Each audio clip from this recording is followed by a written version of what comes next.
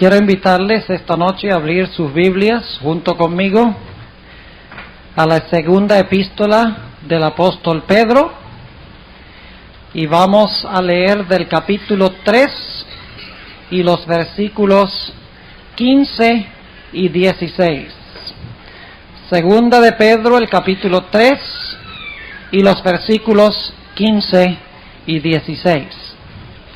Y antes de hacerlo, queremos pedir la bendición del Señor en el estudio de su palabra, así que les invito a inclinar sus rostros conmigo para orar. Padre, te damos gracias por las bendiciones que nos has impartido durante este día. Te damos gracias por habernos traído a tu casa de oración con seguridad y con la protección de tus ángeles. Pedimos, Señor, esta noche, al continuar estudiando este tema tan importante, que tu Santo Espíritu venga y abra nuestras mentes y corazones para que entendamos las grandes verdades de tu palabra y podamos protegernos de los engaños de Satanás en estos últimos días. Ilumina pues nuestras mentes y enternece nuestros corazones. Te lo pedimos en el nombre de Jesús. Amén. Segundo de Pedro, el capítulo 3 y el versículo 15 y 16. Aquí el apóstol Pedro está hablando en cuanto a su querido hermano Pablo. Ahora ustedes saben que la mayor parte del Nuevo Testamento fue escrito por el apóstol San Pablo, inspirado por el Espíritu Santo. Y San Pedro, quien era amigo personal de Pablo, tuvo algunas palabras muy interesantes que decir en cuanto a su hermano. Y estas son las palabras que queremos leer al comenzar esta noche. Empiezo leyendo en 2 de Pedro 3 y el versículo 15. Y tened por salud la paciencia de nuestro Señor, como también nuestro amado hermano Pablo, según la sabiduría que le ha sido dada, os ha escrito también. Ahora, noten que aquí el apóstol Pablo ha escrito, ¿verdad? Al igual que Pedro ha escrito. Pero noten el versículo 16. Casi en todas sus epístolas, hablando en ellas de estas cosas, es decir, de la salvación, según el versículo 15. Y ahora noten, entre las cuales hay algunas difíciles de entender. Es decir, lo que escribió el apóstol Pablo, en algunas de sus epístolas hay algunas cosas difíciles de entender. Y podríamos pensar que Pedro entonces dice, bueno, Pablo debería haber escrito más claro. Pensaríamos que Pedro iba a regañar aquí a Pablo por no escribir tan claramente en sus epístolas. Pero noten que aquí el apóstol Pedro no culpa a Pablo. Note a quién es culpa. Nuevamente el versículo 16. Casi en todas sus epístolas, hablando en ellas de estas cosas, entre las cuales hay algunas difíciles de entender, las cuales los indoctos e inconstantes tuercen. ¿A quiénes le echa la culpa el apóstol Pedro? Él dice, Pablo escribió algunas cosas complicadas, difíciles de entender, pero luego le echa la culpa a quienes por entenderlas mal, por torcerlas. Dice, los indoctos y los inconstantes tuercen, y ahora noten que no solamente tuercen a Pablo, porque dice, como también las otras escrituras para perdición de sí mismos. Así que aquí el apóstol Pedro está describiendo no solamente a aquellos que tuercen los escritos de Pablo, sino que también está describiendo a aquellos que tuercen las otras escrituras, es decir, toda la Sagrada Biblia. Ahora, yo creo que ustedes estarían de acuerdo conmigo cuando yo les digo que en la Biblia hay algunos pasajes difíciles de entender. Hay algunos pasajes que parecen, oigan lo que dije, que parecen contradecir otros pasajes. Pero nosotros sabemos que en la Biblia no hay contradicciones, porque la Biblia es la palabra de Dios. ¿Qué hacemos nosotros cuando conseguimos un versículo o un pasaje que parece contradecir el testimonio del resto de la Biblia? Sencillamente lo que hacemos es analizar ese versículo a la luz de lo que dice toda la Sagrada Escritura. No leemos un versículo solo, aislado. Leemos ese versículo a la luz de todos los otros versículos que hablan sobre el mismo tema, sobre ese mismo tópico, para ver si todo el testimonio nos derrama luz sobre el versículo difícil que estamos tratando de entender. Ahora, esta noche vamos a analizar dos pasajes difíciles cuando hablamos en cuanto a lo que sucede cuando el hombre muere. Porque ya hemos visto en los primeros 3 temas que cuando el hombre muere, sencillamente deja de existir. Solamente queda una memoria del hombre en los libros celestiales. Pero la Biblia dice que los muertos no saben nada, están durmiendo, dejan de existir en términos de vida y de conciencia. Pero esta noche vamos a analizar 2 pasajes bíblicos que parecen indicar que cuando una persona muere, no está muerta. Ahora recuerden que dije, parecen enseñar que cuando una persona muere, no está muerta. El primer versículo que yo quiero que nosotros analicemos esta noche es el famoso texto que habla del ladrón en la cruz. Por eso el título de nuestro tema esta noche es Un ladrón y una pitonisa. La primera parte del tema de esta noche va a ser sobre el ladrón y la segunda parte va a ser sobre la pitonisa de Endor. Ahora, déjenme relatarles un poco en cuanto a la historia de este ladrón. Vayan conmigo a Lucas, el capítulo 23. San Lucas, el capítulo 23, y voy a leer en primer lugar el versículo 19. Ustedes recuerdan que había un ladrón, o un bandido, podríamos decir, muy notorio, que se llamaba ¿cómo? Barrabás. Y recuerdan que cuando Pilato trajo a Barrabás delante de la turba y les preguntó, ¿a quién quieren ustedes? ¿A Jesús, el Cristo, o quieren ustedes a Barrabás? ¿A quién escogieron ellos? Escogieron a Barrabás. Ahora, noten lo que dice aquí en cuanto a Barrabás en Lucas 23 y el versículo 19. Dice, el cual había sido echado en la cárcel por una sedición hecha en la ciudad y una ¿qué? Y una muerte. Es decir, Barrabás había participado en una sedición para tratar de derrocar al gobierno romano, y dice aquí que inclusive había cometido un asesinato. Pero ¿saben ustedes que Barrabás no hizo eso solo? ¿Saben ustedes que la sierva de Dios nos dice que Barrabás era el que debía haber estado en esa cruz que estaba en el medio? Barrabás y los otros 2 ladrones eran compañeros. Ahora noten lo que dice en Lucas 23 y los versículos 32 y 33. Dice, y llevaban también con él, hablando de Jesús, a otros 2 malhechores a hacer ¿qué cosa? Muertos. Y como vinieron al lugar que se llama de la Calavera, le crucificaron allí, y a los malhechores, uno a la derecha y otro a la izquierda. Y el otro, quien era Barrabás, debería haber estado en la cruz central. Pero en lugar de él, fue crucificado Cristo Jesús. Ahora ustedes pueden imaginarse la escena. Aquí está el Señor Jesucristo crucificado en el medio, y hay un ladrón a un lado y otro ladrón al otro lado. Y dice la Biblia que al principio los 2 ladrones estaban injuriando al Señor Jesucristo. Pero de repente el ladrón que se encontraba al lado derecho de Jesús mostró penitencia. Ahora vamos a leer eso, empezando en el versículo 39. Y uno de los malhechores que estaban colgados le injuriaba diciendo, si tú eres el Cristo, sálvate a ti mismo y a nosotros. Y respondiendo el otro, reprendióle diciendo, ¿ni aún tú temes a Dios estando en la misma condenación?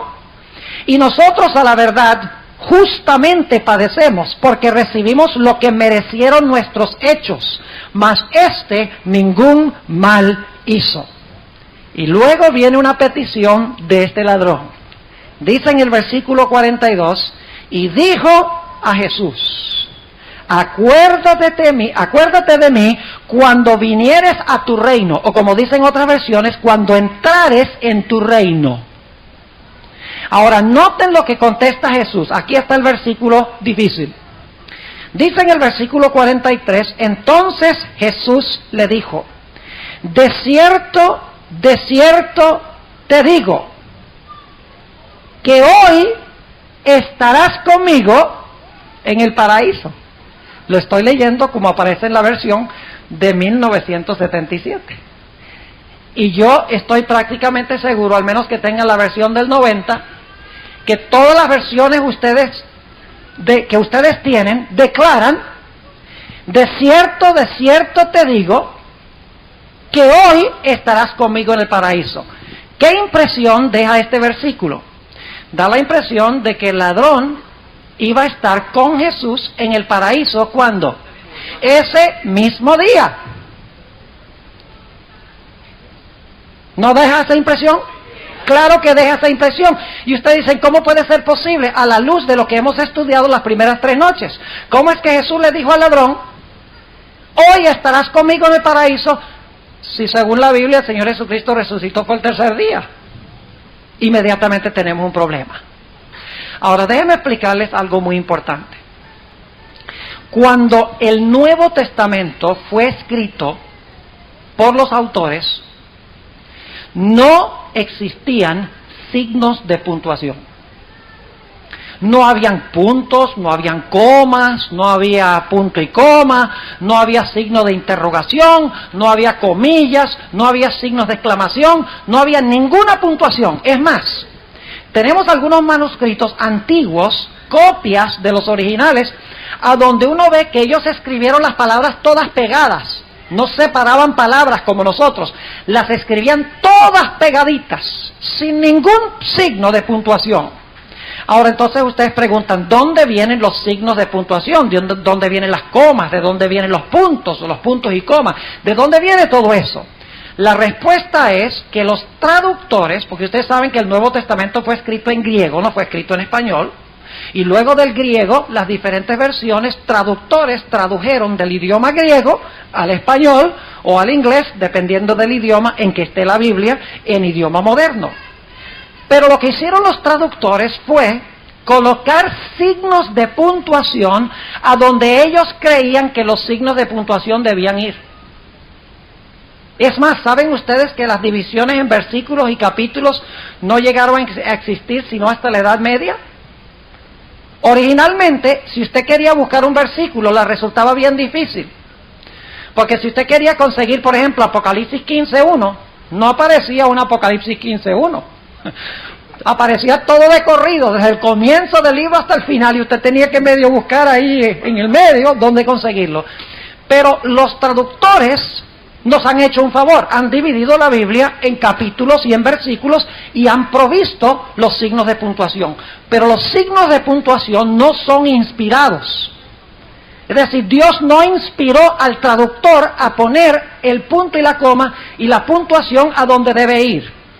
Y muchas veces los traductores colocaron signos de puntuación a donde ellos creían que debían estar basados en las ideas teológicas que ellos tenían en su mente. Es decir, que aquí los traductores creían que el hombre cuando moría va al cielo. Y por lo tanto, ellos tradujeron este versículo, de cierto te digo, hoy estarás conmigo en el paraíso. Pero si nosotros leemos este versículo y ponemos la coma en otra parte, tiene igual de sentido y está en armonía con el resto de la Biblia. Ahora, ¿cómo podríamos colocar la coma para hacer que este versículo tenga más sentido? De la siguiente forma: de cierto te digo hoy, estarás conmigo en el paraíso. ¿Cuál es la diferencia? La diferencia está en una comita. Si usted la pone después de digo, o si la pone después de hoy. De cierto te digo, hoy estarás conmigo en el paraíso. Así la colocan los traductores, porque ellos creen en la inmortalidad del alma. Pero si usted coloca la coma, que recuerden, no es inspirada, no fue dada por inspiración del Espíritu Santo, si usted la coloca después de hoy, de cierto te digo hoy, estarás conmigo en el paraíso. Es decir, hoy te estoy diciendo que vas a estar en el futuro en el paraíso. El texto tiene un significado perfecto. Ahora, algunas personas estarán diciendo, bueno, pastor, está muy interesante que usted diga que la coma se puede colocar después de digo, o la coma se puede colocar después de hoy. Los traductores creían que era mejor colocarla después de la palabra digo. Usted dice después de la palabra hoy. ¿Qué otra evidencia bíblica tenemos de que en realidad la coma debe colocarse después de la palabra hoy? De cierto te digo hoy, estarás conmigo en el paraíso. Yo les voy a comprobar bíblicamente que la coma se debe colocar como yo les he dicho. La misma Biblia, comparando otros versículos, nos va a indicar que la coma debe ir después de la palabra hoy. De cierto te digo hoy, estarás conmigo en el paraíso. Ahora quiero darles las razones. En primer lugar, queremos preguntarnos, ¿dónde queda el paraíso? Ahora, saben que los judíos de la época de que Jesús habían asimilado muchas tradiciones extrañas. Un historiador judío con el nombre de Flavio Josefo, que nació en el año 37 de la era cristiana, solamente 6 años después de la ascensión de Cristo, describió que en su época los judíos creían que el paraíso era un lugar intermedio entre el cielo y la tierra, a donde Dios mandaba las almas de los buenos y los malos hasta el momento en que recibieran su recompensa final en el cielo o en el infierno. Es decir, enseñaban los judíos de la época de Jesús que el paraíso tenía 2 secciones. Una sección de luz para los salvos, a donde Dios guardaba las almas hasta que recibieran su recompensa final en el cielo.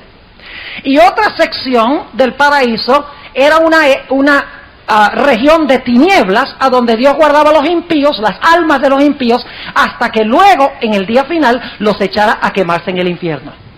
Ahora, debo decirles que nosotros los cristianos no nos guiamos por tradiciones judías.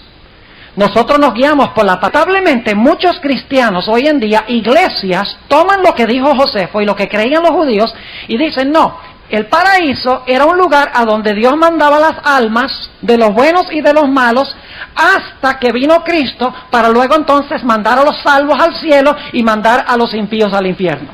Y asimilaron esa doctrina. Pero a nosotros no nos interesa lo que dice la tradición judía, nos interesa lo que nos dice la Biblia en cuanto a dónde está el paraíso. Ahora, según la Biblia, ¿dónde está el paraíso? Porque Jesús le dijo al ladrón, le dijo, te digo hoy, estarás conmigo en el paraíso. Como lo interpretan las iglesias, si Jesús estaba diciendo, te digo, hoy vas a estar conmigo en el paraíso, necesitamos saber dónde queda ese paraíso, donde Cristo supuestamente decía que el ladrón iba a estar con él. Ahora vamos a ver bíblicamente qué es el paraíso. Vayan conmigo a 2 de Corintios, el capítulo 12 y el versículo 2 hasta el versículo 4. Aquí está hablando el apóstol San Pablo. Dicho sea de paso, la palabra paraíso aparece solo 3 veces en toda la Biblia.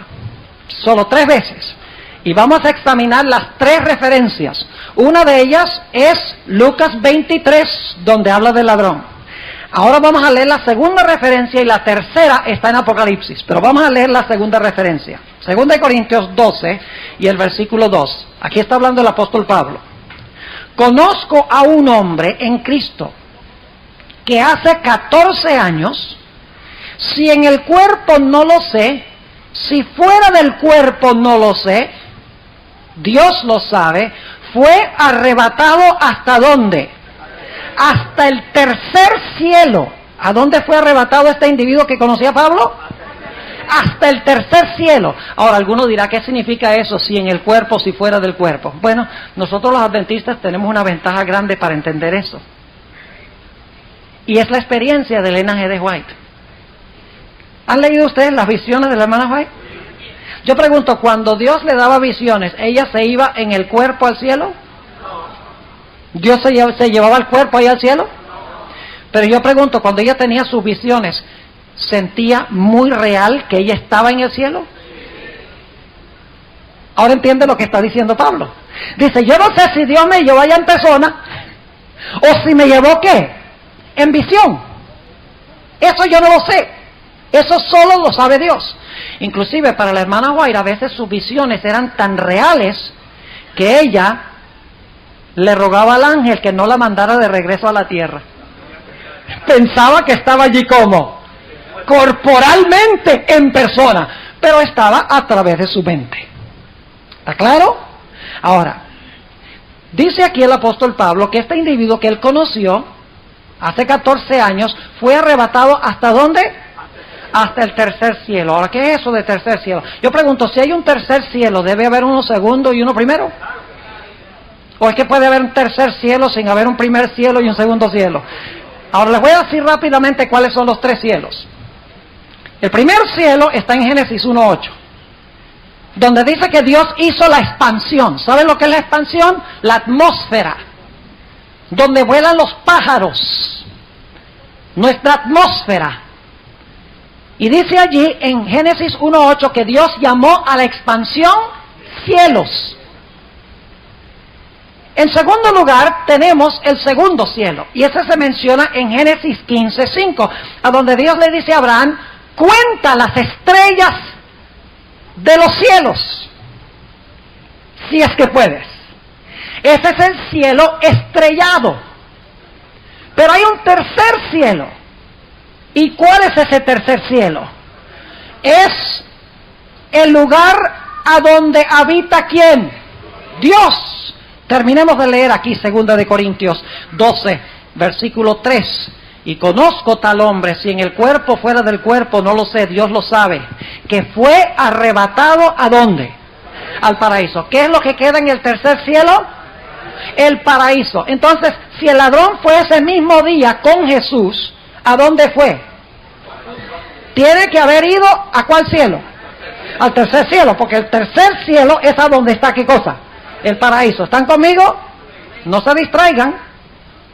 Así que dice aquí que este individuo fue arrebatado al tercer cielo, y en el tercer cielo estaba el paraíso. Así que si el ladrón fue ese mismo día que Cristo murió con Jesús al paraíso, tiene que haber ido ¿a cuál cielo? Tiene que haber ido al tercer cielo. Ahora inmediatamente nos preguntamos, bueno, ¿y dónde queda ese tercer cielo? ¿Dónde queda el paraíso? Vamos a Apocalipsis 2 y el versículo 7. Fíjense qué linda es la Biblia cuando se deja interpretarse sola. Cuando comparamos todo lo que dice la Biblia sobre un tema y no nos mantenemos solo ahí en Lucas, porque las iglesias se mantienen en Lucas y dicen, ve, dice Jesús allí, hoy estarás conmigo en el paraíso. Clarísimo. Pero ¿dónde queda el paraíso? Eso tenemos que analizarlo. Noten lo que dice en el libro de Apocalipsis, el capítulo 2 y el versículo 7. Vamos a ver qué es lo que está en el paraíso. Dice allí: el que tiene oído, oiga lo que el Espíritu dice a las iglesias. Al que venciere, daré a comer ¿de qué cosa? Del árbol de la vida que está en medio ¿de qué? Del paraíso de Dios. ¿Qué es lo que está en el tercer cielo?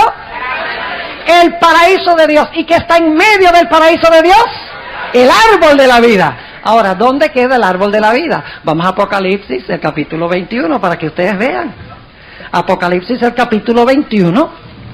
Y vamos a leer, en realidad vamos a leer el capítulo 22, y empezando en el versículo 1. Apocalipsis 22, y el versículo 1 y 2.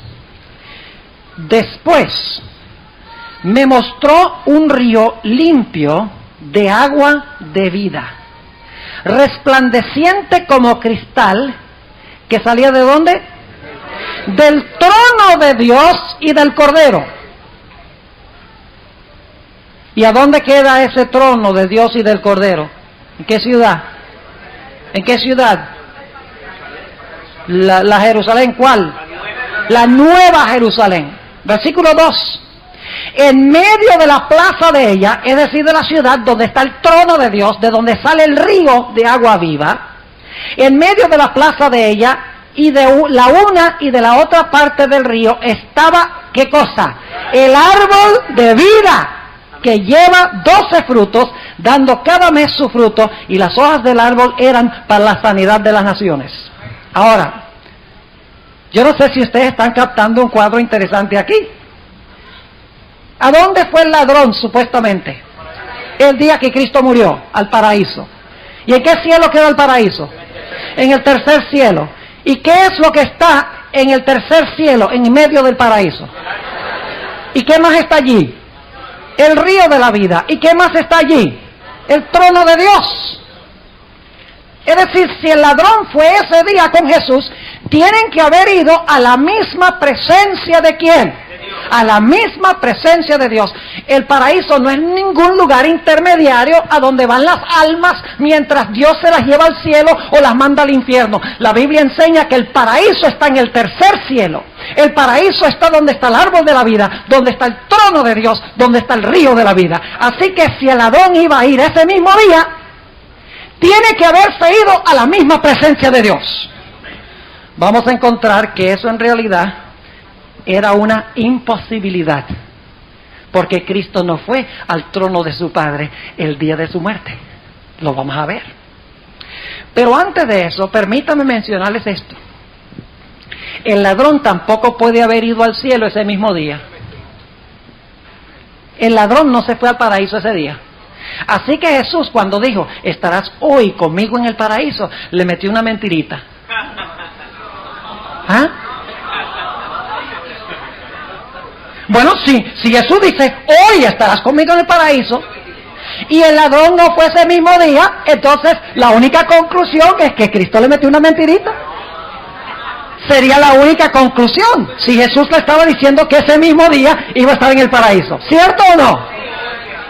Note la palabra sí. Si fuera así, si Jesús lo hubiera dicho así, que iba a estar ese día, y el ladrón no fue, pues una mentira. Pero ¿saben ustedes que el ladrón no fue al paraíso ese día? ¿Y saben cómo sabemos eso? Porque el ladrón no se murió ese día. El ladrón no murió ese día. El ladrón no se murió el viernes. Y ustedes dicen, ¿cómo sabemos eso, pastor? Vamos a buscarlo. Vamos al Evangelio según San Mateo, el capítulo 27, y después vamos a Lucas. Mateo, el capítulo 27 y el versículo 46. Mateo 27 y el versículo 46.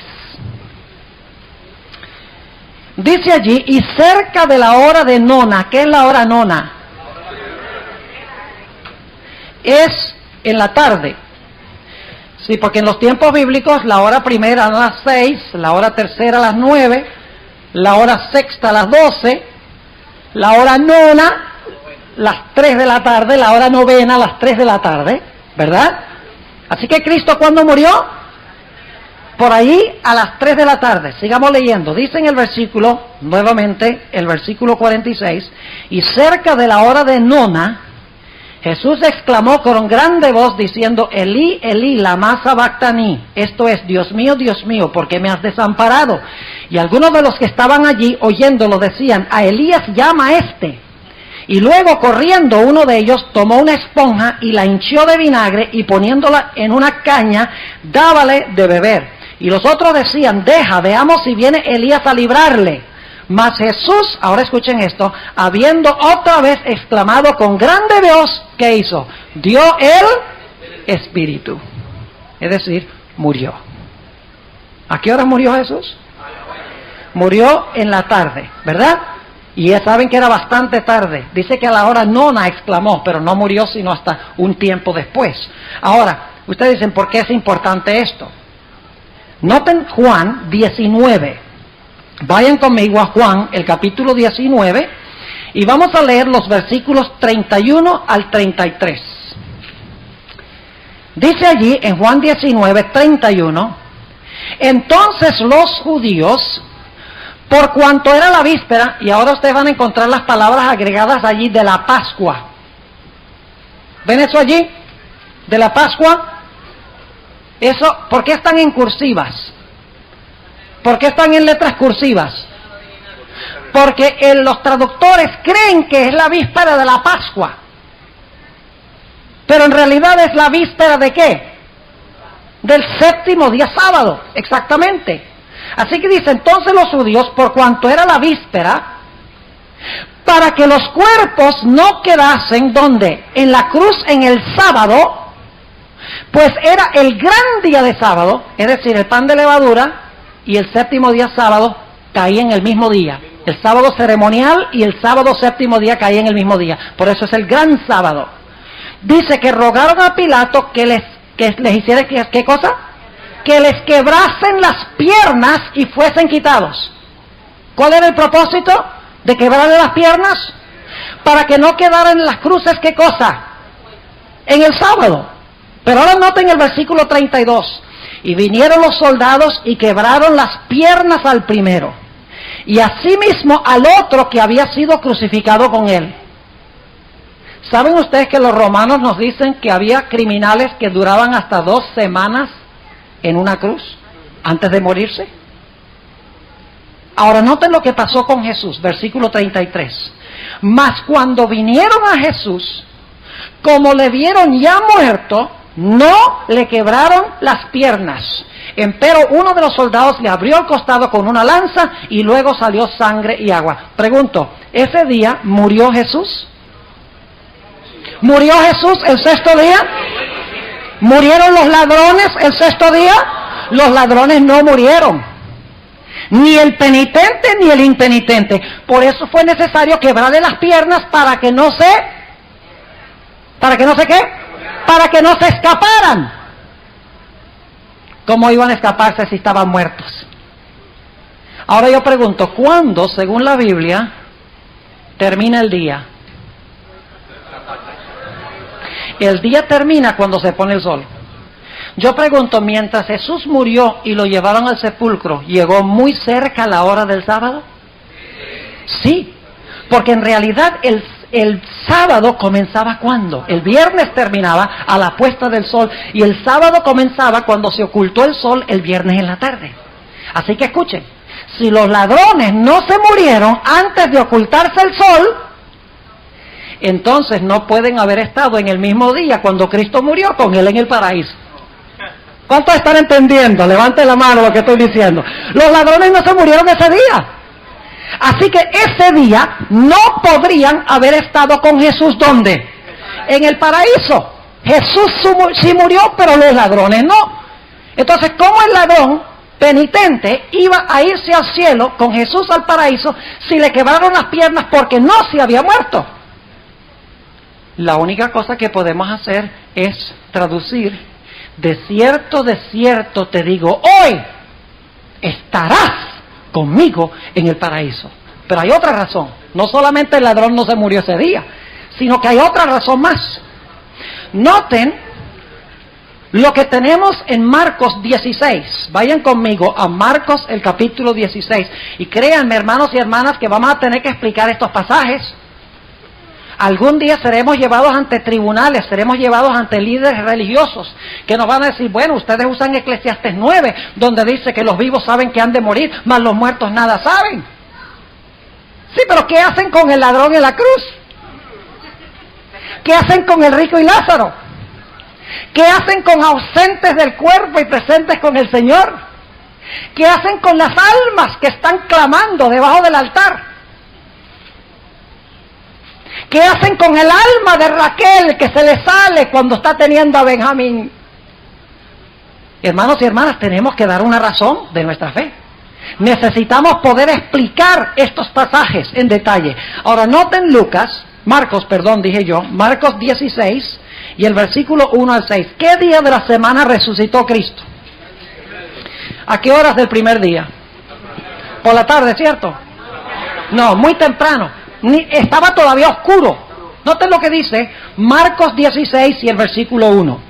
Y como pasó el sábado, María Magdalena y María la madre de Jacobo y Salomé compraron drogas aromáticas para venir a ungirle. ¿Cuándo vinieron a ungirle? ¿Cuándo pasó qué cosa? El sábado. O sea, ¿qué era cuál día de la semana? El primer día de la semana. Versículo 2 lo dice claramente.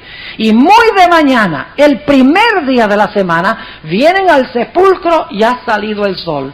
Y decían entre sí, ¿quién nos revolverá la piedra de la puerta del sepulcro? Y como miraron, ven la piedra revuelta, que era muy grande.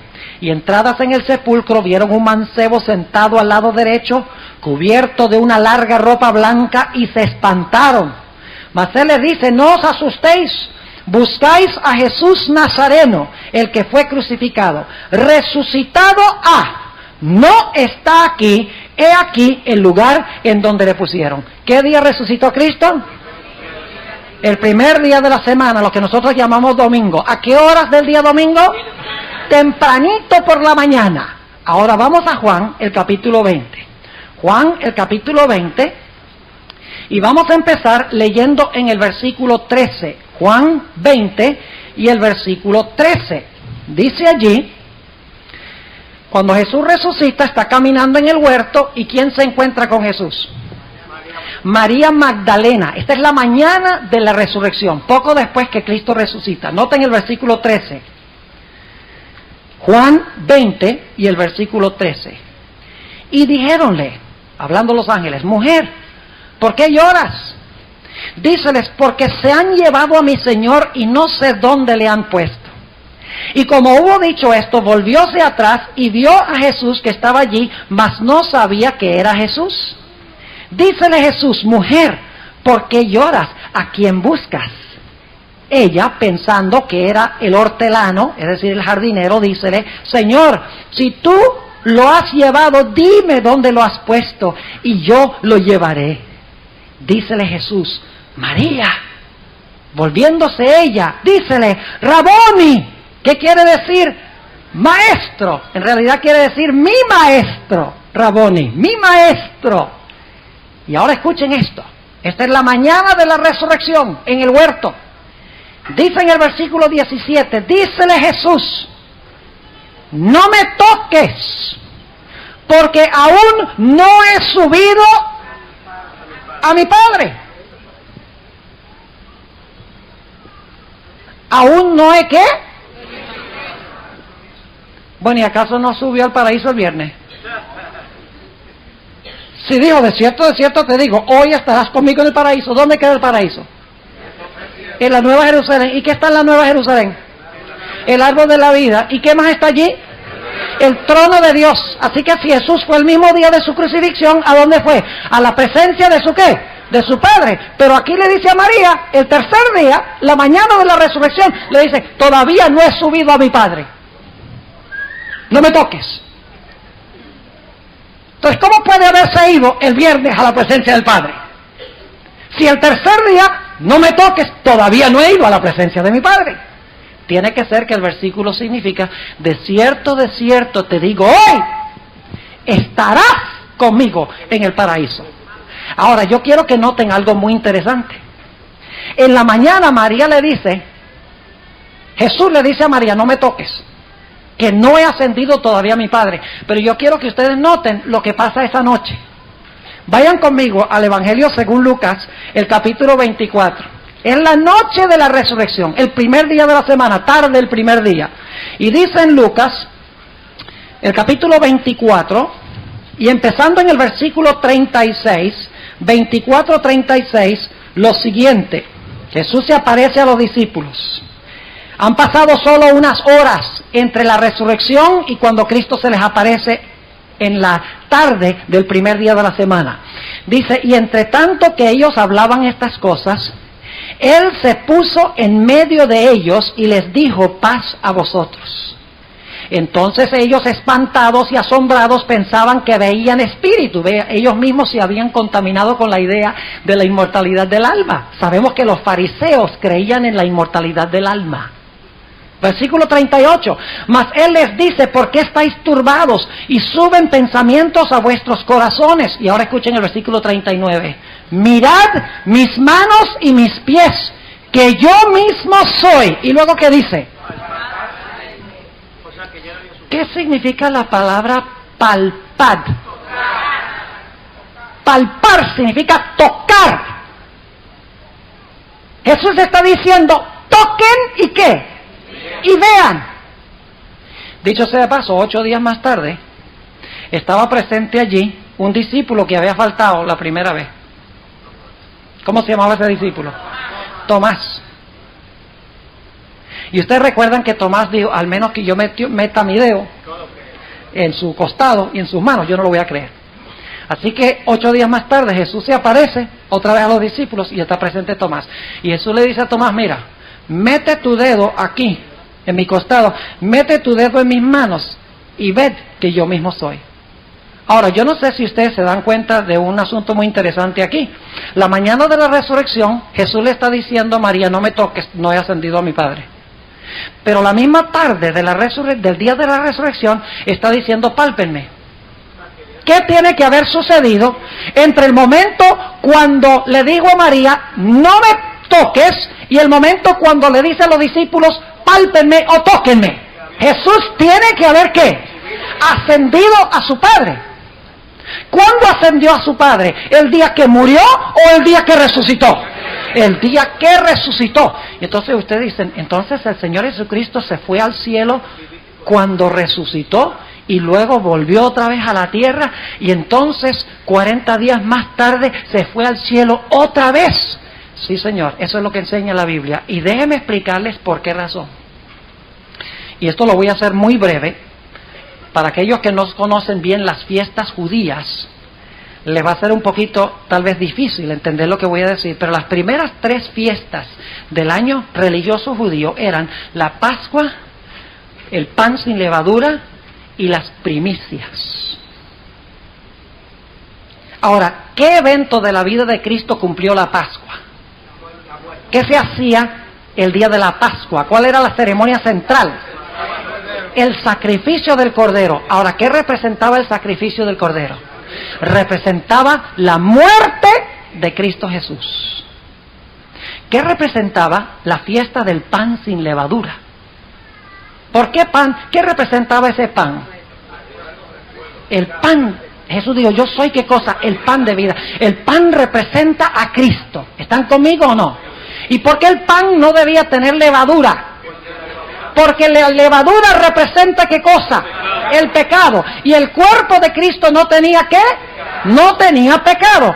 Y dicho sea de paso, el pan al cual usted no le echa levadura, no se daña. Como el pan al cual usted le echa la levadura fermenta la masa y la masa se daña. Pero el cuerpo de Cristo no vio corrupción, porque el cuerpo de Jesús era el pan sin levadura, el cumplimiento de la fiesta de pan sin levadura. Pero ¿saben qué es interesante? La tercera fiesta era la fiesta de las primicias. ¿Y saben lo que hacían en la fiesta de las primicias? Buscaban una gavilla de los primeros frutos de cebada y formaban un manojo, una gavilla, y entonces llevaban esa gavilla a la entrada del tabernáculo y dice, en realidad dentro del atrio, a la puerta del santuario, del tabernáculo de adentro, y mecían esa gavilla delante de Dios. Ahora yo pregunto, ¿qué evento de la vida de Cristo cumplió la fiesta de las primicias?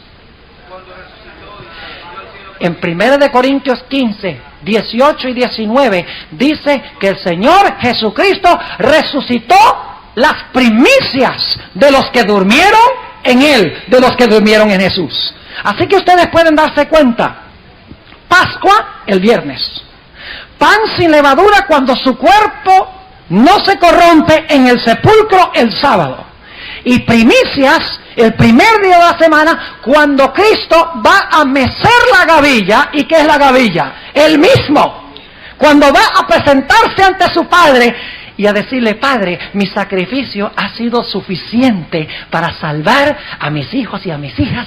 Y el Padre dice, acepto el sacrificio. Y entonces Jesús puede descender otra vez a la tierra y ahora dice, tóquenme, porque mi Padre ha aceptado mi sacrificio. Ahora me pueden tocar. A la presencia de su Padre, al paraíso. ¿Cuando murió? No. ¿El ladrón fue cuando Jesús murió? No, porque no había muerto. Entonces la pregunta es, ¿cuándo es que Jesús fue a la presencia de su Padre? Fue a la presencia de su Padre el día que resucitó. ¿Vamos bien? Ahora, la pregunta surge, entonces, ¿a dónde fue Jesús el día que se murió?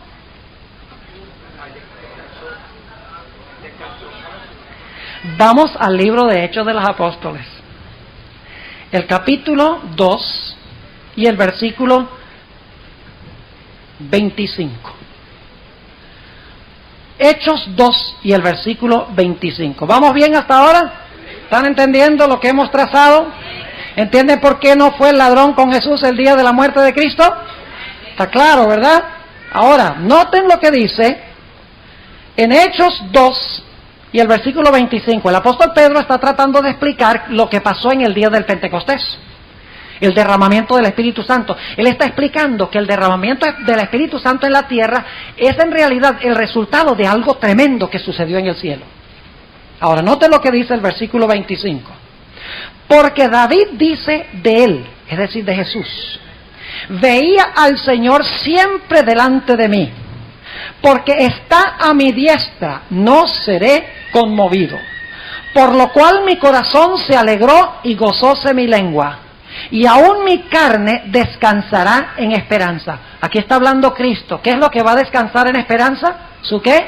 Mi carne descansará en esperanza. Y luego, aquí está hablando Jesús. En realidad es el salmista David, vamos a ver en unos momentos, pero las palabras son proféticas, están describiendo lo que Jesús va a decir. Dice en el versículo 27 que no dejarás mi alma, ¿dónde? En el infierno, ni darás a tu santo que vea corrupción. Y algunos dicen, ¿no ve? Allí dice que Jesús se fue para el infierno. Ahora sí tenemos un problema grave. Porque si Jesús le dijo al ladrón, estarás hoy conmigo en el paraíso no es ningún infierno, es en la presencia de Dios. ¿Y cómo aquí dice que fue para el infierno? La respuesta es sencilla. Los traductores nuevamente están traduciendo la palabra Hades a la luz de sus ideas prejuiciadas en cuanto a dónde va el hombre cuando se muere. Y yo se los voy a comprobar bíblicamente ahora. De que esta palabra Hades aquí en realidad se debe traducir sepulcro y no infierno. No dejarás mi vida en el infierno. Ahora usted dice, bueno, ahí dice infierno, pero noten la segunda línea, explica la primera, es un paralelismo sinónimo. Dice en la segunda línea, ni darás a tu santo que vea ¿qué cosa? Corrupción. ¿Qué es lo que se ve en el infierno? Si es que se debe traducir infierno, ¿qué es lo que se ve? Corrupción. Ahora, ¿qué significa esa palabra corrupción? ¿Qué es lo que se corrompe? Dice, mi carne descansará en esperanza. Lo que se corrompe es ¿qué cosa? La carne. Ahora, ¿cómo se debe traducir aquí la palabra Hades? La palabra que se traduce aquí, infierno. Bueno, vamos al Salmo 16, ¿de dónde viene esto? Porque Pedro no está inventando esto, Pedro está citando el Salmo 16 y el versículo 10. Vayan conmigo al Salmo 16 y el versículo 10. Y vamos a notar cómo se dice allí en el Salmo 16 y el versículo 10, de donde viene este versículo que cita Pedro en el día del Pentecostés. Dice allí, y estoy leyendo la versión del 77, la misma Biblia de donde leí Hechos 2.27, ahora voy a leer Salmo 16.10, y es el mismo versículo, pero noten cómo se traduce diferente. Dice en el versículo 10, porque no dejarás mi alma, ¿dónde? Ahí está, en el sepulcro, ni permitirás que tu santo vea ¿qué? Corrupción. ¿A dónde ve una persona corrupción? De la carne. No en el infierno, sino ¿dónde? En el sepulcro. Saben que la palabra que se usa aquí es la palabra Seol. Es decir, la palabra Hades en griego, en el Nuevo Testamento, es la misma palabra equivalente Seol en el hebreo del Antiguo Testamento. Pero los traductores ponen en Hechos 2.27, ponen, no dejarás mi alma en el infierno, mientras que de donde viene este versículo, dice, no dejarás mi alma en el sepulcro. Ahora, ¿qué es? ¿Infierno o sepulcro? Pues no puede ser infierno. Imposible. Porque Jesús no fue al infierno el día de su muerte, ni tampoco fue al cielo. ¿A dónde fue? Al sepulcro. Ahora, permítame leerles algunos otros versículos que usan la misma palabra Seol, para que ustedes vean que Seol y Hades significa sepulcro. Primero vamos a un texto del Nuevo Testamento, 1 Corintios 15. Y fíjense como la versión de la cual yo estoy leyendo traduce como debe ser. En 1 Corintios 15 y el versículo 55 lo traduce bien. Dice allí, y este es el himno de los que van a salir del sepulcro cuando Cristo venga, cuando se pongan inmortalidad e incorrupción. Dice en el versículo 55 que cantarán lo siguiente: ¿dónde está, oh muerte, tu aguijón? ¿Dónde, oh sepulcro, tu victoria? ¿Saben ustedes cuál es esa palabra sepulcro en el griego? Hades. La misma palabra que está en Hechos 2:27. No dejarás mi alma en el infierno. Ponen en Hechos 2:27. Pero aquí ellos saben muy bien que la palabra infierno no cabe. ¿Y por qué no cabe? Porque aquí está hablando de la resurrección de los justos. Si aquí traduce infierno, significa que los justos se fueron al infierno cuando se murieron. ¿Están conmigo o no están conmigo? Así que dicen, no, aquí no es infierno, aquí es sepulcro. En realidad, aquí es sepulcro y allá también es sepulcro. Ahora vamos al libro de Oseas, porque este versículo de 1 Corintios 15:55 viene de Oseas. Vamos a Oseas 13 y el versículo 14. Oseas 13 y el versículo 14 dice lo siguiente. Escuchen bien. De la mano del sepulcro, la palabra sepulcro ahí es Seol. De la mano del sepulcro los redimiré. Librarélos de la ¿qué? De la muerte. ¿Qué es lo que hay en el Seol? Muerte. Y luego dice, oh muerte, yo seré muerte, y seré tu destrucción, ¿o qué? O sepulcro, nuevamente la palabra Seol. ¿Qué significa entonces la palabra Seol o la palabra Hades? Significa sepulcro. Ahora, permítanme leerles uno o dos textos más, porque hay muchos. La palabra Seol se usa 65 veces en el Antiguo Testamento. Y quiero mostrarles que esta palabra Seol, la palabra Hades, no significa infierno donde la gente se va a quemar, sino que significa sepulcro a donde la gente se va a corromper su cuerpo, a deshacer el cuerpo. Noten lo que dice en el libro de Job, el primer libro que fue escrito de la Biblia, el libro más antiguo de la Biblia, el libro de Job. Vamos al capítulo 14, Job 14 y el versículo 10. Job 14 y el versículo 10. Dice aquí, mas el hombre morirá y será cortado.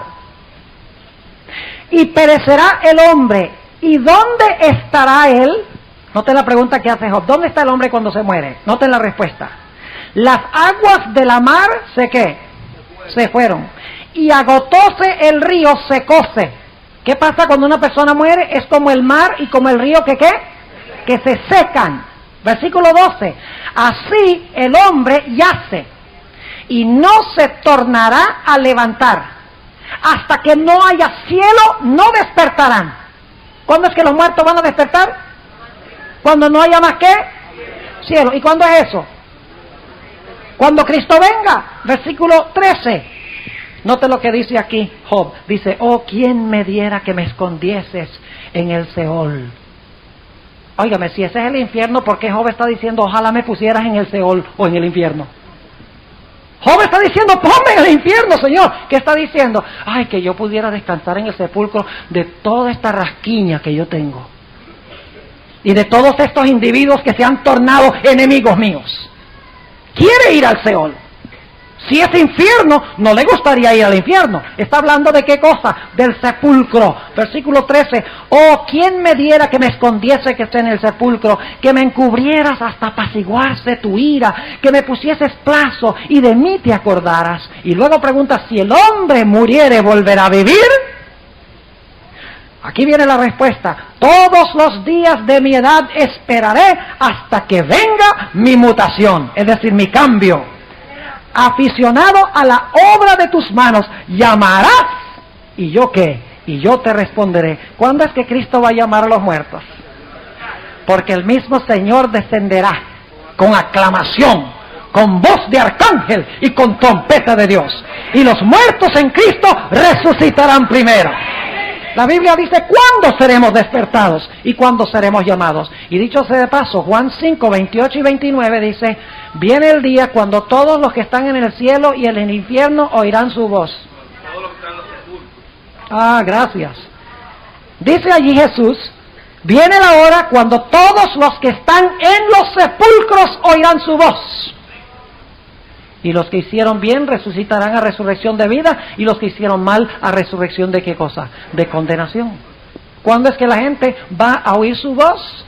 ¿Cuando se mueren? ¿O cuando Cristo venga? Cuando Cristo venga. Ahora, un último punto que quiero cubrir es que esta expresión que Jesús dice, de cierto te digo hoy te digo que estarás en el paraíso, es una forma de expresión muy común entre los hebreos. Les voy a dar un ejemplo. Vayan conmigo a Deuteronomio 30 y el versículo 18. Deuteronomio, el capítulo 30 y el versículo 18. Y noten cómo esta expresión se usa allí, mismo estilo. Dice aquí lo siguiente.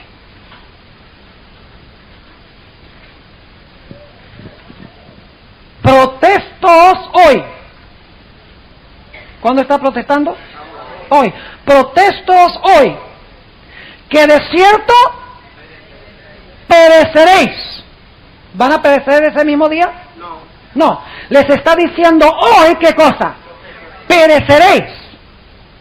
No tendréis largos días sobre la tierra para ir a la cual pasas el Jordán para poseerla. Es decir, hoy te estoy diciendo que no vas a tener larga vida en el futuro. Una forma común de hablar los hebreos. Entonces yo pregunto, hermanos y hermanas, visitas, hablando con toda sinceridad y toda honestidad, ¿podemos nosotros decir que Jesús le estaba declarando al ladrón que ese mismo día iba a ir con Jesús al paraíso? Cuando miramos todo lo que la Biblia dice sobre esto, es absolutamente imposible. Ahora yo quiero que ustedes noten que el ladrón le dice, acuérdate de mí cuando entres en tu reino. O cuando vengas en tu reino. Yo pregunto, ¿Jesús vino en su reino cuando se murió? Pregunto, ¿Jesús entró a su reino cuando murió? No entró a su reino, sino cuando se sentó en el trono de David, el día del Pentecostés. Lo pueden leer en Hechos, el capítulo 2, y el versículo 30 y 36. Dice que el Padre hizo a Jesús Señor y Cristo el día del Pentecostés. Es decir, entró en su reino el día del Pentecostés. No puede entonces haber entrado al reino el día que se murió, ni tampoco vino su reino el día que Jesús murió. Entonces, por todas estas razones, nosotros sabemos a ciencia cierta que debemos traducir Lucas 23, ¿de qué manera? De cierto te digo, hoy estarás conmigo en el paraíso. Ahora vamos a nuestro segundo pasaje. El pasaje de 1 de Samuel, el capítulo 28. Y esto lo vamos a estudiar rapidito, porque el reloj se ha movido demasiado rápido. Es mayor enemigo, ¿verdad? El reloj. El tiempo no solo envejece, sino acorta la hora de las reuniones también. Ahora fíjense. En 1 de Samuel, el capítulo 28, tenemos el relato en cuanto a una pitonisa, la famosa pitonisa de Endor. Y encontramos en esta historia que el rey Saúl fue a consultar a esta pitonisa. Ahora déjenme darles un poquito de trasfondo para que podamos entender lo que está pasando. Ya para este tiempo Saúl había desobedecido repetidas veces a Dios. La Biblia nos dice que había perseguido sin misericordia a David para matarlo. Dicho sea de paso, si ustedes leen en el Antiguo Testamento van a descubrir que Saúl descuidó la seguridad del reino persiguiendo a David cuando debería haber estado peleando contra los filisteos. Interesante, lo mismo pasa en la iglesia. Nos peleamos los unos con los otros cuando debemos estar peleando con el enemigo allá afuera. Y el diablo gana terreno, ¿verdad? Mientras estamos peleando por dentro y tratando de matarnos los unos a los otros espiritualmente. La Biblia nos dice no solamente que Saúl estaba persiguiendo sin misericordia a David, el ungido de Jehová, que iba a ser su sucesor y él lo sabía, sino que nos dice la Biblia que Saúl había masacrado a todos los sacerdotes que él sospechaba estaban con David. los había matado. Además de eso, repetidas veces encontramos que Saúl había ignorado y desobedecido a Samuel, el profeta. Y si ustedes leen allí en 1 Samuel 28, van a encontrar que Saúl estaba supremamente preocupado y acongojado, porque los filisteos estaban rodeándolo y lo estaban oprimiendo, y él tenía temor de que los filisteos lo iban a destruir. Y la Biblia nos dice que en esta situación tan deplorable y tan terrible, el rey Saúl decidió consultar a Jehová. Y la Biblia nos dice que él consultó a Jehová con todos los métodos tradicionales de consultar a Jehová. Noten lo que dice en 1 Samuel, el capítulo 28 y el versículo 6. Cuando una persona quería consultar a Jehová, ¿cómo debía consultarlo? El Urim, el Tumim, una visión, un profeta. ¿De acuerdo? Esos eran los medios que Dios había establecido. Ahora noten 1 Samuel 28 y el versículo 6. Dice, y consultó Saúl a Jehová. Dicho sea de paso, ya Saúl para esta época tenía un demonio que le estaba controlando la vida. ¿Recuerdan? Que David tocaba el arpa para apaciguar el espíritu tormentoso de Saúl. Y cómo Saúl tomó una lanza más que una vez y se la lanzó a David para clavarlo a la pared.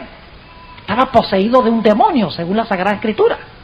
Por haber desobedecido a Samuel, por haber perseguido a David, por haber matado a los sacerdotes de Jehová, la presencia de Jehová estaba abandonando y casi había abandonado a Saúl. Y dice aquí en el versículo 6, consultó Saúl a Jehová. Y ahora noten, pero Jehová no le respondió. ¿Respondió Jehová? ¿Dios le contestó a Saúl? No, no le respondió ni por sueños, ni por Urim, ni por profetas. Pregunto yo, ¿era ese el método que Dios había establecido para comunicarse con su pueblo? Claro que sí. Así que en primer lugar nos damos cuenta que ninguno de los métodos aceptados y aprobados por Dios funcionaron. Y ustedes me van a decir que Dios va a usar un método que Él mismo prohibió. Ya vamos a llegar a eso. Ahora, en primer lugar, entonces, Dios no habló con Saúl por medios convencionales. En segundo lugar, noten lo que dice 1 Samuel 28:3. Dice, ya Samuel era ¿qué? Muerto. Y todo Israel lo había lamentado y habíanle ¿qué? Sepultado en Ramá, en su ciudad. ¿Había muerto Saúl? ¿Habían enterrado a Saúl? A Samuel, perdón. ¿Había muerto Samuel? ¿Habían enterrado a Samuel? ¿Y a dónde van los muertos? Viene la hora cuando todos los que están en los sepulcros oirán su voz. ¡Lázaro, baja de allá! ¿Ah? ¿Dónde estaba Lázaro? En el sepulcro, dice, Lázaro, sal fuera. ¿A dónde van los muertos? Al sepulcro, según la Biblia, lo leímos en Job, ¿sí o no? Job 14, entre otros textos. Entonces, si Samuel había muerto y lo habían enterrado, ¿a dónde estaba Samuel? Estaba en el sepulcro. Ese es otro punto muy importante de este pasaje. Además de eso, en tercer lugar, nos dice Eclesiastés 9, 5 y 6 y el versículo 10, que los vivos saben que han de morir, mas los muertos nada saben. Ahora, si los muertos nada saben, ¿cómo es posible que Samuel sabe lo que le va a pasar a Saúl? ¿Están conmigo? Cuarto punto. Dios había prohibido este método que usó Saúl. Terminantemente. Noten un texto. Lo encontramos en el libro de Levítico, el capítulo 20 y el versículo 27. Ya esto lo leímos antes, pero vamos a leerlo de nuevo. Levítico, el capítulo 20 y el versículo 27. Dios consideraba esto de consultar un medium como lo más terrible que podía pasar. Levítico 20 y el versículo 27 dice, y el hombre o la mujer en quienes hubiese espíritu pitónico o de adivinación han de ser muertos. Los apedrearán con piedras, su sangre sobre ellos. ¿Consideraba Dios este método de consultar pitones como una abominación? ¿Mandó a matar a todos los que usaban este método? Claro que sí, porque estaba prohibido. Ahora, noten también Levítico 19:31 sobre este mismo punto. Levítico 19 y el versículo 31. Dice, no os volváis a los encantadores y a los adivinos. No los consultéis, ensuciándoos con ellos, yo Jehová vuestro Dios. Pregunta entonces, ¿había Dios prohibido este método? ¿Ustedes creen que Dios ahora va a usar un método para comunicarse con Saúl que él mismo había prohibido? ¿Ustedes creen que el buen profeta Samuel, que durante su vida siempre fue obediente a Dios, se iba a salir de por allá donde estaba y desobedecer a Dios y usar un método prohibido para hablar con Saúl? Jamás en la vida hubiera sucedido tal cosa. Punto número 5. El mismo Saúl sabía que lo que estaba haciendo era malo. Note lo que dice, Primera de Samuel, otra vez, el capítulo 28 y el versículo 3 y el versículo 9. Y la razón por la cual estoy trazando este punto es porque hay iglesias que dicen que esto es prueba de que los muertos pueden hablar con los vivos. Yo tengo libros en mi biblioteca escritos por pastores protestantes que usan este pasaje y dicen, esto es prueba de que sí es posible que los muertos vuelvan a hablar con los vivos. ¿Hasta dónde ha llegado la iglesia cristiana?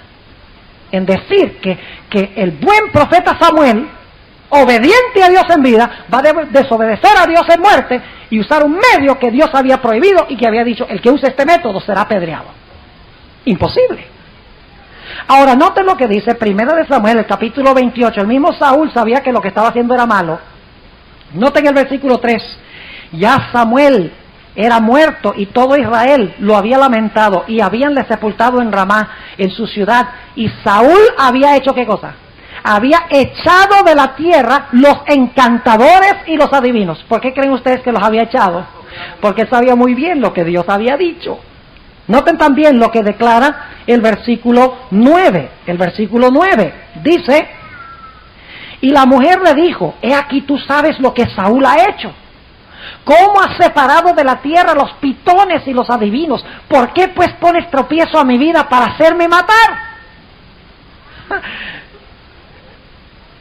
Ella sabía que Saúl estaba ¿qué cosa antes? Matando a los pitones y adivinos. Por lo tanto, nos dice la Biblia que Saúl sabía muy bien que lo que él estaba haciendo era malo. Es más, ¿saben ustedes? El punto número 6 es que Saúl se disfrazó porque sabía que lo que estaba haciendo era malo. Noten lo que dice el versículo 7 y el versículo 8. Entonces Saúl dijo a sus criados, buscadme una mujer que tenga espíritu de pitón, para que yo vaya a ella y por medio de ella pregunte. Y sus criados le respondieron, he aquí hay una mujer en Endor que tiene espíritu de pitón. Y disfrazóse Saúl. ¿Por qué creen ustedes que se iba a disfrazar? ¿Y por qué él no quería que lo conociera? Pues porque sabía que si la mujer se daba cuenta que era Saúl, ella iba a decir, yo no soy ninguna pitonisa. Dice, y disfrazóse Saúl, y púsose otros vestidos, y fuese con 2 hombres, y vinieron a aquella mujer de noche. Fíjense, él sabe que lo que está haciendo está prohibido por Dios, y está mal. Y él dijo, yo te ruego que me adivines por el espíritu de Pitón, y me hagas subir a quien yo te dijere. Ahora, el punto número 7 es interesante notar de dónde viene Samuel, el supuesto Samuel. Ahora, yo pregunto, ¿Samuel fue un hombre bueno? ¿Fue bueno Samuel? ¿Se va a salvar Samuel? Y ustedes dicen, ¿cómo sabemos que Samuel se va a salvar? Se lo va a probar en un momentico bíblicamente que Samuel se va a salvar. Ahora, ¿de dónde viene Samuel? Noten lo que dice aquí el supuesto Samuel, capítulo 28 y el versículo 8, en primer lugar. Y disfrazóse Saúl y púsose otros vestidos y fuese con 2 hombres y vinieron a aquella mujer de noche. Y él dijo, yo te ruego que me adivines por el espíritu de Pitón y me hagas ¿qué? ¿Me hagas qué? Subir a quien yo te dijere. ¿Cómo así subir? Bueno, si Samuel era salvo y era bueno, ¿dónde debía haber estado? Entonces debería haber ¿qué? Debería haber bajado. Pero le dice, házmelo ¿qué? Házmelo subir. Y nota lo que dice el versículo 11. La mujer entonces dijo, ¿a quién te haré venir? Y él respondió, hazme venir a Samuel. En realidad la palabra venir allí es la misma palabra subir que se usa en el versículo 8. Y noten otra vez el versículo 14. Y él le dijo, ¿cuál es su forma? Y él respondió, un hombre anciano viene cubierto de un manto. Saúl entonces entendió que era Samuel y humillando el rostro a la tierra hizo gran referencia. Versículo 15. Y Samuel dijo a Saúl, ¿por qué me has inquietado haciéndome qué? Venir. ¿De dónde viene este supuesto Samuel? Sube. Pero si está salvo, no debería estar subiendo, debería estar ¿qué?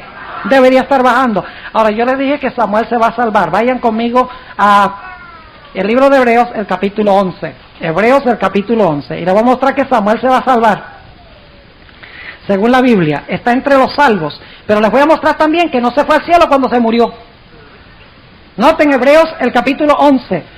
Y empezando en el versículo 13, habla primero de Abel, habla de Enoc, habla de Noé, habla de Abraham, habla de Sara, y luego dice lo siguiente en el versículo 13, conforme a la fe murieron todos estos sin haber recibido las promesas. ¿Qué pasó con todos estos? ¿Murieron sin qué? Sin haber recibido las promesas, sino mirándolas de lejos, y creyéndolas, y saludándolas, y confesando que eran peregrinos y advenedizos sobre la tierra. Porque los que esto dicen claramente dan a entender que buscan una ¿qué? Pero ¿por qué están buscando la patria si cuando se murieron se fueron a la patria?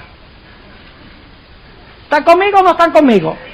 Versículo 15, que si se acordaran de aquella de donde salieron, cierto tenían tiempo para volverse, empero deseaban la mejor, es a saber la celestial, por lo cual Dios no se avergüenza de llamarnos Dios de ellos, porque les había aparejado ¿qué cosa? Ciudad. Ahora, ¿cuándo van a ir a esa ciudad? Leamos un poquito más abajo, en Hebreos el capítulo 11, y vamos a leer el versículo 32. Dice, ¿y qué más digo? Porque el tiempo me faltará contando de Gedeón, de Barak, de Samsón, de Jefté, de David, ¿de quién más? De Samuel y de los profetas, que por fe ganaron reinos, obraron justicia, alcanzaron promesas, taparon las bocas de leones, apagaron fuegos impetuosos, evitaron filo de cuchillo, convalecieron de enfermedades, fueron hechos fuertes en batallas, trastornaron campos de extraños. Las mujeres recibieron sus muertos por resurrección. Unos fueron estirados, no aceptando el rescate, para ganar el cielo cuando se murieran. ¿Para ganar qué cosa? Mejor resurrección. Y luego el versículo 39 dice, y todos estos, incluyendo Samuel, según el contexto, todos estos aprobados por testimonio de la fe, no recibieron la promesa, que es la ciudad celestial, según leímos. Entonces, ¿se fue Samuel al cielo cuando se murió? No. ¿Qué hace Samuel subiendo de la tierra aquí? Si este es Samuel, tiene que ser que este no es ningún Samuel. Porque Samuel no estaría subiendo ¿de dónde? De la tierra. Ahora vuelvan conmigo rápidamente, otra vez a 1 Samuel, el capítulo 28, y vamos a anotar el versículo 19, 1 Samuel 28 y el versículo 19. Fíjense qué blasfemia esto. ¿Cuántos de ustedes creen que los buenos y los malos se van todos al mismo lugar cuando se mueren? ¿Cuántos de ustedes creen que si el alma fuera inmortal, los buenos y los malos irían al mismo lugar? Si el alma fuera inmortal. Imposible. Ahora escuchen lo que dice aquí en 1 Samuel 28. ¿Y qué versículo dije? Versículo 19. Noten. Y Jehová entregará, aquí está hablando el supuesto Samuel, y Jehová entregará a Israel también contigo en manos de los filisteos, y mañana seréis conmigo, tú y tus hijos. ¿Cómo? ¿Qué es lo que está diciendo este supuesto Samuel? Le está diciendo, Saúl, mañana tú vas a estar en el mismo lugar que yo. Es decir, que los buenos y los malos van al mismo lugar. Y no hay ninguna diferencia entre buenos y malos. ¿Saben que eso es lo que enseña el espiritismo? El espiritismo no enseña que hay bien y hay mal, algunos van para un lugar, otros para otro lugar. Dice que todos van al mismo sitio, el espiritismo. ¿Cómo es que el malvado Saúl iba a estar en el mismo lugar que Samuel, si es que Samuel estaba vivo? Obviamente, este no era Samuel. Obviamente, era otro. Ahora quiero que noten otra cosa muy interesante. Noten el capítulo 28 y el versículo 13 y 14. Dice en el capítulo 28, 13, qué interesante esto.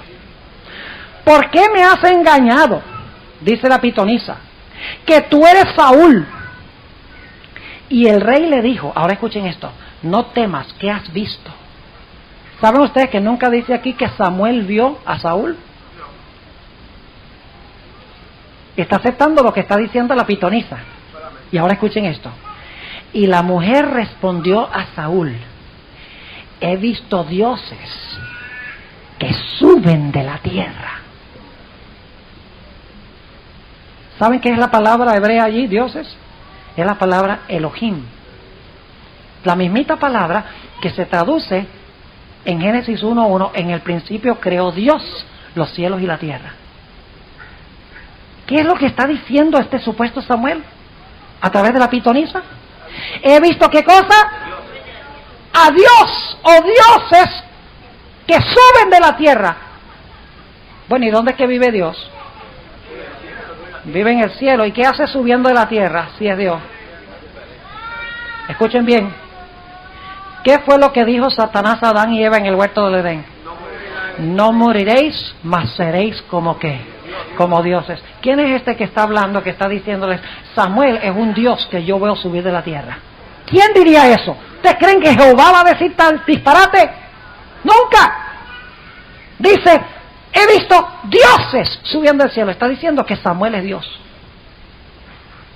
Eso es lo que enseña Satanás desde el huerto del Edén. Ahora quiero que noten cómo se aparece Samuel. Noten el versículo 15. Dice, y Samuel dijo a Saúl, ¿por qué me has inquietado haciéndome venir? Interesante, está fastidiado este Samuel. Y Saúl respondió, estoy muy congojado, pues los filisteos pelean contra mí y Dios se ha apartado de mí y no me responde más. Entonces le iba a responder a través de este supuesto Samuel. No. Por esto te he llamado para que me declares qué tengo de hacer. Ahora noten el versículo 14, cómo se parece este Samuel, este Saúl. Samuel que se aparece a Saúl. Dice en el versículo 14, y él le dijo, ¿cuál es su forma? Y ella respondió, un hombre anciano viene cubierto de un manto. Entonces todos los que se van al cielo son unos viejitos. Todos los que siguen viviendo en el más allá son unos ancianos cubiertos de mantos. Saben que esta es la descripción exacta y perfecta de una reunión espiritista. Se aparecen allí cubiertos de mantos. Los supuestos muertos, cuando en realidad son ¿qué cosa? En realidad son espíritus de demonios. Ahora quiero que noten que aquí no dice que Saúl vio a Samuel. Noten lo que dice otra vez el versículo 14. Dice, y él le dijo, ¿cuál es su forma? Y ella respondió, un hombre anciano viene cubierto de un manto. Y luego dice, Saúl entonces entendió que era Samuel. O como dice la versión en inglés, Saúl entonces percibió que era Samuel. ¿Ustedes creen que las percepciones de Saúl eran muy seguras para esta época? Claro que no. No dice que era Samuel. Dice que él percibió que era ¿quién? Samuel. Ahora, último punto que quiero tratar aquí, está en Primera de Crónicas, el capítulo 10. Vayan conmigo allí, Primera de Crónicas, capítulo 10, y el versículo 13 y el versículo 14. Primera de Crónicas 10 y el versículo 13 y 14. Yo le voy a mostrar aquí que Dios destruyó a Saúl porque no consultó a Jehová. Entonces, si no fue Jehová el que le contestó, ¿quién tiene que haberle contestado? Satanás. Dice en el versículo 13, así murió Saúl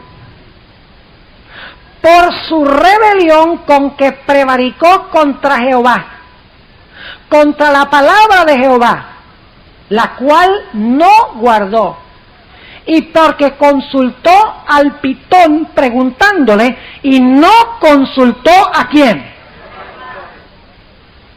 Cuando mandó a traer a Samuel, ¿consultó a Jehová? ¿Ah?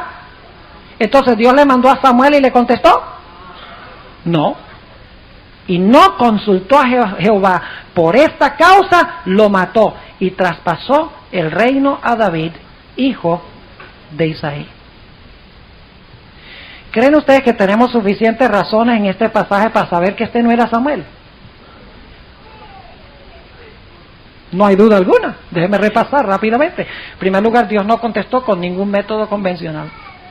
Número 2, dice que fue muerto y sepultado. La Biblia dice que los muertos van a la sepultura. Tercero, la Biblia dice que los muertos nada saben. Cuarto, Dios había prohibido este método, no iba a usar un método que él mismo había prohibido. 5, Saúl sabía que lo que estaba haciendo malo, habían mandado a destruir a todos los pitones y las pitonisas. 6, esto es indicado porque Saúl se disfrazó cuando fue a ver a la pitonisa. 7, dice que Samuel subió de la tierra, si era salvo hubiera descendido del cielo. 8, dice, estarás conmigo mañana a donde yo estoy. Da la impresión de que los justos y los impíos todos van al mismo lugar a vivir después de la muerte. Número 9, dice, he visto dioses ascendiendo de la tierra. La mentira de Satanás, seréis como dioses. Luego le dice, veo un viejo cubierto de un manto. Entonces la gente que vive en el más allá vive como unos viejos, cubiertos de mantos. Y finalmente dice que Saúl murió porque no consultó a Jehová. Dios no fue el que le contestó, y Samuel no iba a desobedecer a Dios y contestar a Saúl cuando Saúl no había sido contestado por ninguno de los métodos tradicionales. Ahora un punto final, es este. Este supuesto Samuel le dijo a Saúl que el siguiente día él y sus hijos iban a ser muertos en batalla. Y se cumplió. Y por eso algunos dicen, ve, Samuel dijo que Saúl y sus hijos iban a morir en la batalla, y se cumplió. Así que ese tiene que haber sido Samuel. Muy interesante este argumento, pero no funciona. ¿Quién estaba en control de Saúl para este tiempo? Satanás. ¿Creen ustedes que Satanás podía matarlo si quería? ¿Sabía Satanás que iba a haber una guerra al siguiente día? ¿Sabía Satanás que Dios había retirado su protección de Saúl y de sus hijos? Claro que sí. ¿Podía Satanás permitir que el enemigo los matara? Claro que sí. Y entonces cuando se cumple lo que dijo el supuesto Samuel, la gente dice, ve, era Samuel.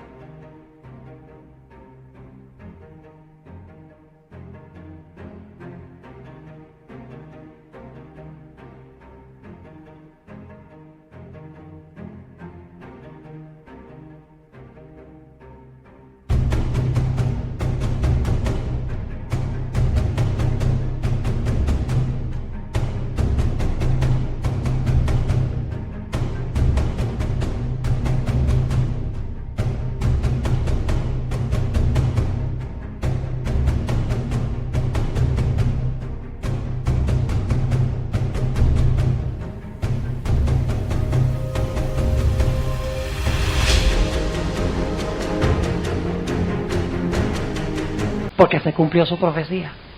Escuchen bien, lo que hace Satanás muchas veces, él no puede leer el futuro. Satanás no puede profetizar el futuro, él no puede leer el futuro. Pero ¿sabe lo que hace? Él revela lo que él tiene planes de hacer en el futuro. Y por eso no siempre se cumple lo que él dice, porque Dios le interrumpe los planes que él tiene. Pero a veces se cumple los planes que él tiene, que él revela. se cumplen, entonces la gente dice, esa tiene que ser profetisa, ese tiene que ser profeta, porque mire, se cumplió lo que dijo. No se cumplió porque el diablo es capaz de leer el futuro, sino porque Satanás es capaz de revelar lo que él tiene planes de hacer si Dios no interrumpe e impide que suceda. Por eso Jean Dixon, ¿han oído hablar de Jean Dixon? La que miraba en la bola de cristal. Ella predijo el lugar exacto donde iba a morir Robert Kennedy. El hotel, el lugar exacto en el hotel, 6 meses antes que lo mataran. Que aquí lo van a matar.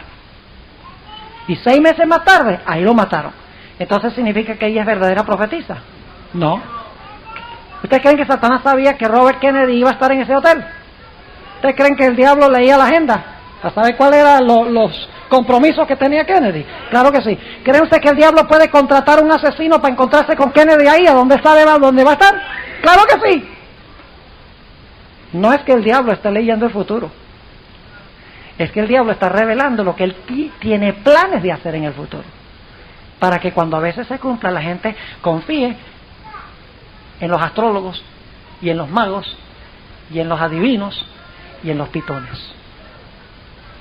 Así que usar estos 2 pasajes para defender la idea de que podemos nosotros hablar con los muertos, y que los muertos se van al cielo o al infierno cuando mueren, es una violación de los principios correctos de interpretación bíblica. Cuando analizamos todo lo que enseña la Sagrada Escritura, nos damos cuenta que ni la experiencia del ladrón en la cruz, ni la experiencia de la pitonisa de Endor, dan justificación para creer de que los muertos no están muertos. La Biblia dice, los vivos saben que han de morir, mas los muertos nada saben. Y saben, hermanos y hermanas, lo que me asusta a mí es que nosotros dependemos tanto de lo que vemos y de lo que oímos y de lo que sentimos, que cuando se nos vengan estos fenómenos y se presenten ante nosotros, como no conocemos la Sagrada Escritura, me temo que muchos de nosotros seremos engañados, porque no estamos fortaleciendo nuestras mentes con la santa palabra de Dios. Dios quiera, hermanos y hermanas, que nosotros analicemos estos pasajes, que los estudiemos dentro de su contexto, que analicemos todo lo que dice la Biblia y que cuando venga el momento propicio podamos dar una razón por la fe que se encuentra en nosotros, que podemos alcanzar almas que están en el engaño, que finalmente creerán a espíritus de demonios, dice la Biblia, porque creen que los muertos no están muertos y que por lo tanto pueden venir a comunicarse con los que están vivos. Oremos. Padre, hemos analizado estas 2 historias esta noche.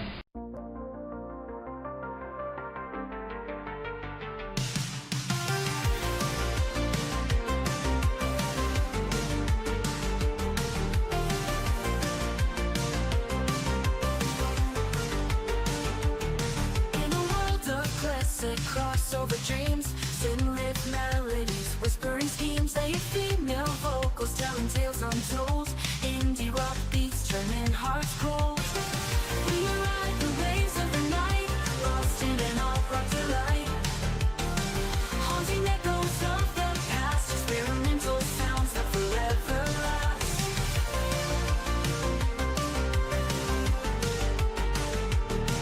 Melodic synths painting the sky in shades of pink and neon high. An indie rock